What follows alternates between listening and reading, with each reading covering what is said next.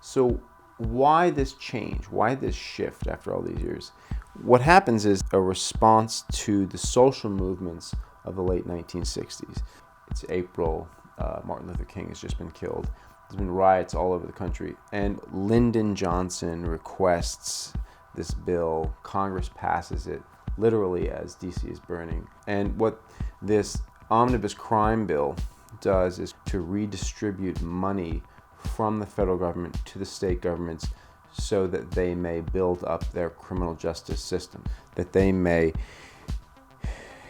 increase the capacity and number of their police, that they may introduce computers, helicopters, SWAT teams, canine teams, that they may expand their prison systems, that they may harden their prison systems, that they may add maximum security in facilities. The civil rights movement won, and segregation was no longer the law, it was outlawed. It was prohibited to discriminate against blacks in employment, in housing, in transportation, in education, in all of these ways. This was, you have to understand, a genuine revolution in American society now.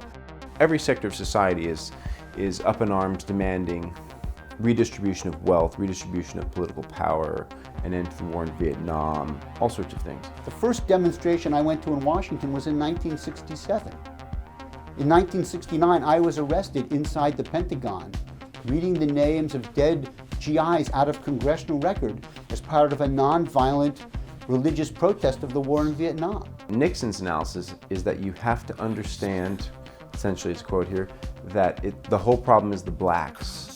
But you can't say that, so you need to do something else. You know, he wants there to be a wave of repression, but he doesn't want it to be seen as political repression. So they come up with a war on heroin, which targets the ghettos and primarily African American, Latino populations.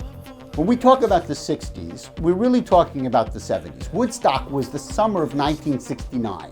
You know, what we think of as the 60s really took place in the early 70s. The rise of festivals, you know, what we think of as hippies. Yes, there was the Summer of Love in San Francisco in 1967, but that was, you know, that was very early. You know, the war in Vietnam was still dragging on. The major protests were in the early 70s. I was very, very opposed to the war in Vietnam. I mean, seriously, to the point of doing some fairly radical moves within the anti-war movement.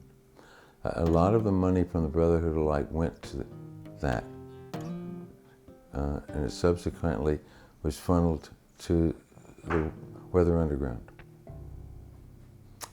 So the government in the beginning used to think that the protest was funded by the communists. That was the official line. Well, they rapidly found out that it was actually coming from the drug sales of drugs. The anti-war movement itself was dope-smoking hippies. That's one of the reasons that Nixon upped the ante on all the drug laws.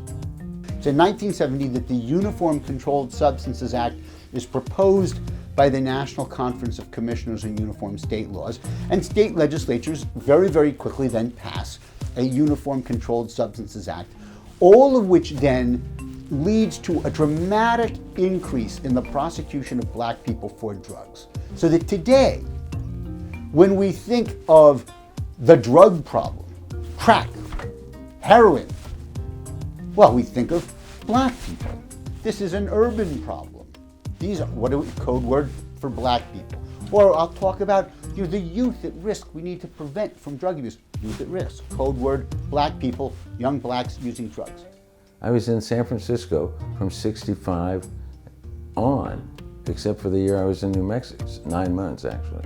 So I've always been involved in that, whatever it is, that hotbed or that stew of radical politics and movements and people. It's my cup of tea, it's my people as far as I'm concerned.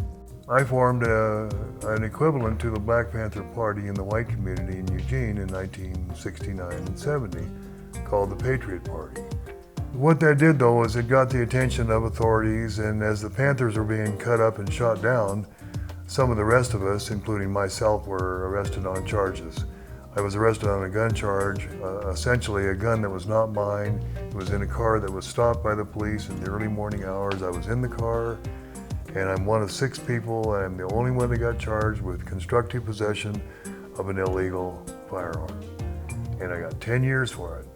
No prior convictions, no prior charges in my life. So pretty clearly, this was a political campaign to eliminate revolutionary culture. Part of the broad law that was passed also provided for a national commission to study marijuana and drug abuse. In their report, which was adopted unanimously, bipartisan commission, recommended that marijuana be decriminalized in 1972, and warned about the creation of a drug war bureaucracy, was concerned about the crusade character, and felt, we need to recognize that the drugs are not as harmful as we're saying. I say with some pride that the White Panther Party was ultimately characterized by Richard Nixon as the most dangerous radical group in America. Quite proud of that. Because see, nobody else had a rock and roll band.